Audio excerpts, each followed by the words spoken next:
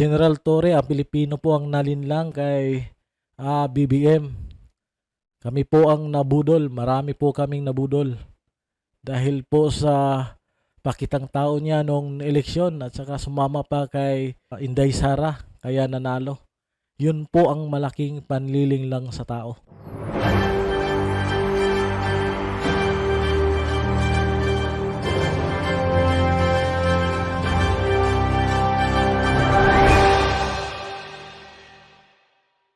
Hello sa lahat, welcome na naman dito sa ating panibagong video kung saan ating pag-uusapan ang mga maiinit na balita ngayong araw. So kung bago pa lang kayo dito sa ating YouTube channel, Balitang Bayan TV, ay huwag kalimutan na mag-subscribe at mag-like sa ating video kung gusto nyo ng mga ganitong content. So unahin natin itong trending nga sa social media at sa mga mainstream media, itong labanan o boxing ni General Torre at saka ni Vice Mayor Basti Duterte, kung saan nagkahamunan nga. Saka maraming nagsasabi na hindi na kailangan patulan pa ito ni Basti Duterte dahil sisikat lang. Sisikat si General Torre dito at pwede niya itong gamitin para sa susunod na eleksyon. So ito namang isa ay ang naging komento naman ni General Torre. Ukol nga dito sa nauubusan na umano ng propaganda ang mga DDS. So at saka gagawin din natin ng reaksyon itong latest update ni Tatay Digong sa video ni Attorney Harry Roque. So sisimulan natin dito sa video ni General Torre. Matagal-tagal na tong video na to, mga 3 araw. Gusto lang natin na gawa natin ng reaction. Sir, yung merong nangyari sa pinapalabas ngayon sa social media about an alleged Chinese victim of murder tinapon sa Kawit, Cavite, lumalabas sa social media. Totoo ba yun, sir? Alam nyo, ito na yung mga panahon na parang gusto kong sabihin na talagang ebidensya na nauubusan na talaga ng propaganda itong mga kontra ng gobyerno natin. Itong mga, alam niyo na, yung mga leanings ay nasa kabila. Diretsuhin na natin yung mga DDS. Ayan, pinangalanan talaga ni PNP Chief Torre na mga DDS. Nauubusan na ng propaganda. Nauubusan na siguro talaga sila ng bala na mga malalaking kontrobersya na mga insidente. Kaya yan, 2022 pa nangyari yan eh. Hinuhukay, literal na hinukay sa baul para palabasin lang na para bang bago. Kasi wala na silang nakitang masama ngayon na kasing sama nung panahon nila. Wala na daw makitang masama, kasing sama sa panahon ni Tatay Digong. Kasi puro na kasamaan. Yun ang nangyayari ngayon. Yan ang long and short of it. Matagal na nalinlang ang Pilipino dyan. Hanggang ngayon, lilinlangin pa rin ang Pilipino. General Torre, ang Pilipino po ang nalinlang kay BBM. Kami po ang nabudol, marami po kaming nabudol. Dahil po sa pakitang tao niya nung eleksyon at saka sumama pa kay Inday Sara, kaya nanalo. Yun po ang malaking panliling lang sa tao. Pasensya sila. Their word against the word of the internet.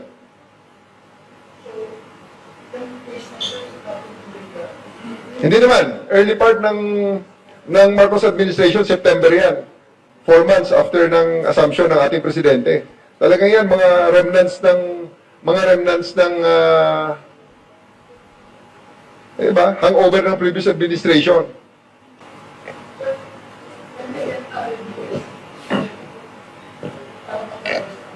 Nakilala yan eh. Ang victim na yan is a 32-year-old Chinese national, allegedly a fugitive in China. May Interpol Red Notice yan. The family was contacted. They refused to cooperate with the authorities. And the cadaver is now buried in a public cemetery in Cavite.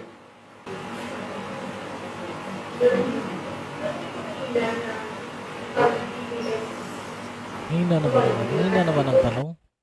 Hindi natin hindi marinig. Sa ngayon kasi talaga, makikita mo naman yung mga posters na yan eh.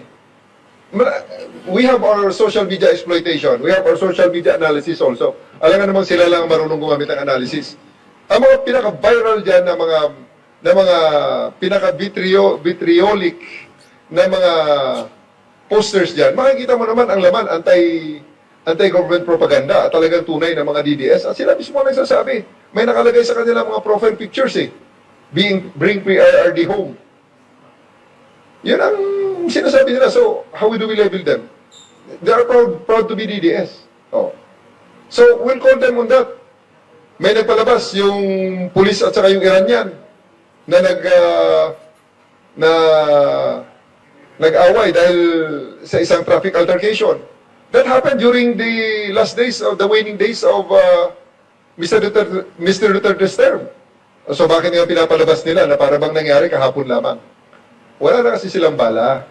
Yun nga ang masama ron. Oh, yun. Wala na daw bala ang mga DDS. So, marami pang bala. General Torre. Ayaw nyo lang tanggapin. Ayaw nyo lang sagutin. Maraming bala. Marami pang issue. Pero pilit na tinatakpan ni Claire Castro. Hindi nga niya masagot ng maayos yung mga issue kay First Lady. Tsaka yung Tantoco case. So, wag mong sabihin na wala nang bala, marami pang bala. Ayaw nyo lang sagutin. Wala na silang bala. Nauubusan na sila ng bala. Nauubusan na sila ng issue na itapon sa gobyernong ito. Kaya ayun, naghuhukay ngayon. Kaya lang nakalimutan yata nila. Talagang pinapakita lang talaga nila na medyo may kulang talaga sila eh. Kung mayroong dapat na hukayin, ay si Apu Lakay. Yun po ang dapat hukayin. Dahil pinalibing ni PRRD yun. Pero walang sinukli yung anak. Pinadala pa sa The Hague, Netherlands. Kahit wala namang kasalanan. So kung may dapat hukayin, hindi yung mga issue na yan, kundi si Apu Lakay. Hindi ba? Huwag ka nga Hindi ba nila na-realize yun na napakadaling hukayin? Their word will be against the record of the internet. So napakadaling gibain ang kanilang narrative regarding that matter. Ang sa aking panawagan na lang Pilipino tayo pare-pareho, gusto natin na mag-improve ang ating bansa. Eh, magsama-sama na lang tayo. Kalimutan nyo na muna yung mga differences na yan. All those cases all those issues that they are saying, that they are harping about, bring PRRD home, nasa hig na eh. So meaning kakalimutan na lang namin yon? Hindi pwede yon. Hindi pwedeng kakalimutan na lang namin na dinampot mo yung presidente namin. Wala namang napapatunayan na krimen na ginawa niya. Tapos dinala mo doon, tapos kakalimutan lang namin, hindi pwede yun. Hindi namin kakalimutan yon. Diyan na nga yung international court na nga ang nagtatry eh. Gusto nyo ng tunay na batas? Gusto nyo ng patas na batas? Ano pa ba ang mas patas kaysa sa mga taga nandyan sa Hague? Eh, mga foreigners yan na wala namang pakialam sa atin. Ay sa kanila, tinitingnan lang nila kung ano ang ebidensya ng prosecution at ebidensya ng depensa. At tandaan natin, huwag natin kalimutan, ang mga sa korte na yan, sa kasong yan, ang complainant, walang iba, Pilipino pa rin. Mga Pilipinong nawala ng pag-asa nung panahon ni Duterte. Nawala ng pag-asa ng makakuha ng hustisya dito sa Pilipinas. Ulitin natin yan. Huwag natin kalimutan yan. They are Filipinos. Hindi sila foreigners. Wala lang silang mapuntahan noong mga panahong yon dito sa Pilipinas, sa justice system natin, noong mga panahon ni Duterte. Kaya pumunta sila sa International Criminal Court at doon sila nagsampa ng reklamo. Kasi miyembro pa rin tayo ng mga panahong yon. Oh.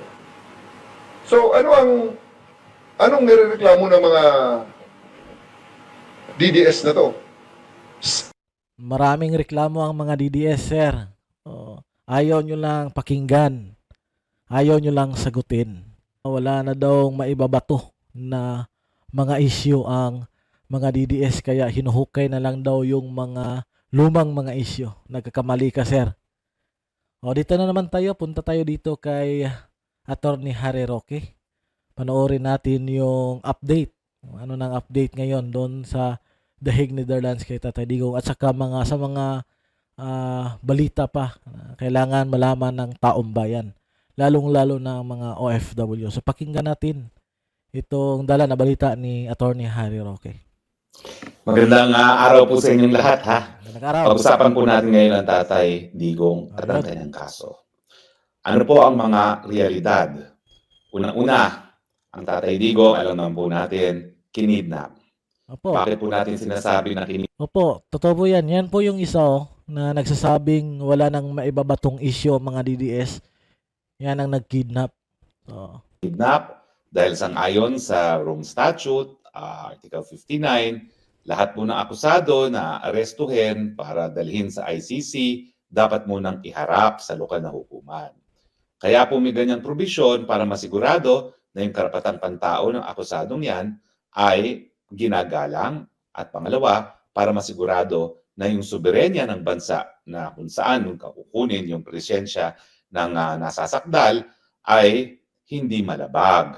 Kasi alam niyo naman kapag isang dayuhang hukuman ang maglilitis ng kaso na nangyari sa isang bansa, yan ay paglabag doon sa soberenya ng bansa kasi kabahagi ng soberenya yung jurisdiction na maglitis sa lahat ng mga kaso na nangyari sa kanyang teritoryo. Sabi nga ng ICJ sa isang kaso na kapag nag-aagawan ng teritoryo, ang basihan na bibigyan ng teritoryo ay yung bansa na makakapagpakita ng pinakamalakas na ebidensya ng soberenya. At ang pinakamalakas na ebidensya ng soberenya ay kung sino naglilitis nga ng mga kaso na nangyari sa teritoryo. Now, hindi po yan natupad sa kaso ni Tatay Digong, kaya sinasabi natin na kidnap siya. Ang sabi ng mga bangag sa administrasyon nito, inaresto raw siya ng kapulisan ni Torre at sinakay sa eroplano papunta ng Dahig dahil ito daw po ay pagtutulungan sa Interpol. So, wala naman pong order ang Interpol. Wala po siyang red notice alert. Diffusion order lamang. Yung diffusion order, humihingi sa ibang bansa na tulong para maaresto isang tao, pero humihingi ng tulong ay ang bansang Pilipinas din. Yan ay naging malinaw doon sa pagdidinig ng Senado sa mga pangyayari na nagbunga nga sa pagkakakidnap kay Tatay Digong. Now, kaya naman po kinakailangan na pag-aralan ang panibago pang remedyo para mapauwi si Tatay Digong ay unang-una, ano ba hong nangyayari na kay Tatay Digong sa ICC? 130 days nga po siyang nakakulong na at wala talagang nangyayari sa kanya. Yan ay pre-trial detention. Ang mga abogado po niya, 50 days bago nakapagsampa ng motion na nagsasabi na walang jurisdiction ng ICC. Kung kayo man ang makulong ng 50 araw bago magkaroon ng initial na motion to dismiss, ano naman ang mararamdaman ninyo dahil kada araw ng pagkakakulong ay isang pagkakait sa kalayaan ng isang tao na hindi pa napapatunayan na may probable cause na gumawa ng kahit anong krimen. At ngayon na po, naghain na ng interim release kasi lahat naman tayo nagnanasa na talagang sana, wag nang nakakulong sa detention facility si Tatay Digong dahil siya ay matanda at talagang hindi na niya talaga kakayanin na siya ay makulong. No? At lahat talaga tayo umaasa na kung hindi man siya makabalik sa Pilipinas, magkaroon ng interim release. Kaya nga po, ang tanong is, kung 50 araw ang lumipas bago naghain ng motion to dismiss, bakit mas matagal pang panahon na humingi ng interim release? At ang tanong lang naman po ng taong bayan, at ako naman po inuulit ko lang na tanong ng taong bayan, matapos magsampa ng interim release, at siya naman, ang ating ang abogado naman ni Tatay Digong nagsampa ng interim release, gutom ako. bakit binawi? Dahil meron nang inaantay ng mga dokumento. So ang tanong lang, bakit kasi naghain ng interim release na wala lahat ng dokumento? Hindi ba? Yan ay pag-amin na kapag masusumite yung interim release, baka hindi mapagbigyan ng hukuman. So sana inantay na lang ang lahat ng dokumento bago naghain. Yun lang naman po ang mga nasa isipan ng taong bayan. Now, magre-react lang po ako dun sa sinasabi niya na crazy idea yung pagdadala ng kaso ni Tatay Digong, yung issue ng kidnapping sa lokal na hukuman ng Netherlands. Alam niyo po kasi, yung right to due process, yan po ay nakasaad sa mga tratado. Ano po yung mga tratado na kinikilala ng Netherlands pagdating sa right to due process? No person shall be deprived of life, liberty, or property without due process of law. At pagdating nga po sa ICC, yung due process na yan ay masisigurado kung siya hinarap sa lokal na hukuman. Kasi nga po, yan yung panigurado na ang kanyang karapatan ay ginagalang at hindi na labag ang soberenya ng bansang Pilipinas nung siya kinuha sa Pilipinas. Now, ang Netherlands po kasi ang kasapi doon sa tratado na magtataguyod ng due process rights si Tatay Digong. Yan po ay nakasaad hindi lang po sa International Covenant on Civil and Political Rights at nakasaad po yan sa European Convention on Human Rights. So ang obligasyon ng Netherlands ay siguraduhin na lahat ng tao sa kanyang teritoryo kasama mga dayuhan gaya ni Tatay Digong ay narespeto ang kanilang karapatan to due process. At ang obligasyon nga ng Netherlands is a duty to protect and promote. Protect is masigurado na hindi malalabag ang karapatan ng due process. Promote is gumawa ng lahat ng hakbang para masigurado na ang kanyang karapatan to due process ay mapapangalagaan. Now, ang ICC kasi po, ang kanyang determination, ang kanyang pakay ay parusahan yung mga tao na di umano ay lumabag sa Rome Statute. Hindi po siya, in a sense, a human rights enforcement mechanism. Siya isang criminal court. At ang kanyang desisyon ay magresulta sa either guilty or not guilty. At kapag ikaw ay guilty, merong ipapataw na parusa. Siyempre po, kinakailangan lahat ng karapatan to due process, pangalagaan din ng hukuman.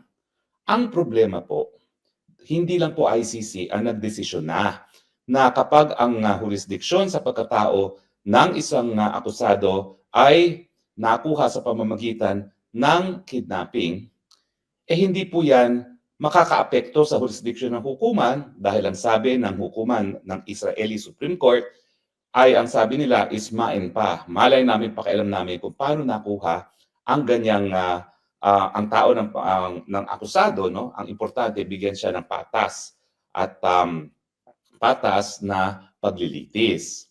Now, unfortunately, itong decision po ito ay parang naging desisyon na rin ng ICC sa tatlong kaso kung saan hindi po nasunod ang Article 59 ng ICC. At doon sa tatlong kasong yan, bagamat nagtutol ang mga akusado na hindi dapat magpatuloy ang jurisdiksyon ng hukuman dahil mali ang pagkakakuha sa pagkatao ng akusado, binaliwala po ng ICC yan at ang sinabi nga is, anyway, mabibigyan na siya ng pagkakataon ng isang patas na paglilitis. Ang tanong, sino ngayon ang magbibigay ng remedyo sa isang akusado na kinidnap para siya ay malitis? Ang problema sa ICC, tatlong desisyon na po yan na nagsasabi na talagang yung hindi pagsunod sa Article 59, hindi dahilan para mawalan ng jurisdiction ang ICC. Desididong kaso na po yan. So meron na tayong tinatawag na president. Pero, ang tanong, yung ganyang president ba ay katanggap-tanggap pa sa panahon ngayon, sa estado ngayon ng karapatang pantao sa buong daigdig? At ang aking sinasabi, hindi na po ang Eichmann ang correct na pag-a-apply ng human rights law. Dahil ang Eichmann, dinesisyonan po yan ng isang unang-una, lokal na hukuman din, Israeli Supreme Court. Sa panahon na wala namang ICC, no? At pangalawa, yung estado ng human rights law nung panahon ni Eichmann ay iba sa estado ng international law ngayon. Ano bang estado ng international law ngayon? Alam nyo, sa international law, walang pagkakaiba ang kahit anong desisyon ng kahit sinong hukuman pag ang hinahanap natin is ano ba yung prevailing law sa ngayon. Ang tawag dyan yung ano ba yung prevailing customary norm of international law. Dahil ano yun man ang international law, wala namang kongreso na nagpapasa ng mga batas na magiging applicable under international law. No? Sinasabi nga nila, malalaman lang natin kung ano yung customary international law. Number one, doon sa kung ano ang mga ginagawa ng mga estado, virtually uniform state practice. At pangalawa, yung tinatawag na opinion juris, yung psychological belief na kinakailangan sundin ang isang bagay dahil yan ang batas. Now, para tayo makakalap ng ebidensya kung ano yung customary norm, titignan natin ngayon kung ano ang mga nagiging desisyon ng mga iba't ibang estado. Now, nung sinabi ko na yung Eichmann na ma-impact So makikita natin no, yung pinalawanag ni Attorney Harry Roque. Kita natin na medyo ganon pa rin ang sitwasyon ni Tatay Digong. Mukhang hindi pa rin makakauwi. Kung makakauwi man ay mas maganda. Pero mas maganda kung itong si Torre ang ipalit doon kay Tatay Digong. Kasi kawa yung matanda eh. Nagbuwis ng kanyang buhay para sa bayan natin. Tapos ikukulong, matanda na yon. Dapat si Tatay Digong ay nasa bahay na. Sa mga apo. Naglalaro sa mga apo dahil matanda na. So ito po ang ating mga balita ngayon. Sa mga bago pa lang, huwag kalimutan na mag-subscribe at saka mag-like at saka salamat din sa inyong panonood. Hanggang sa susunod na video natin. Maraming salamat.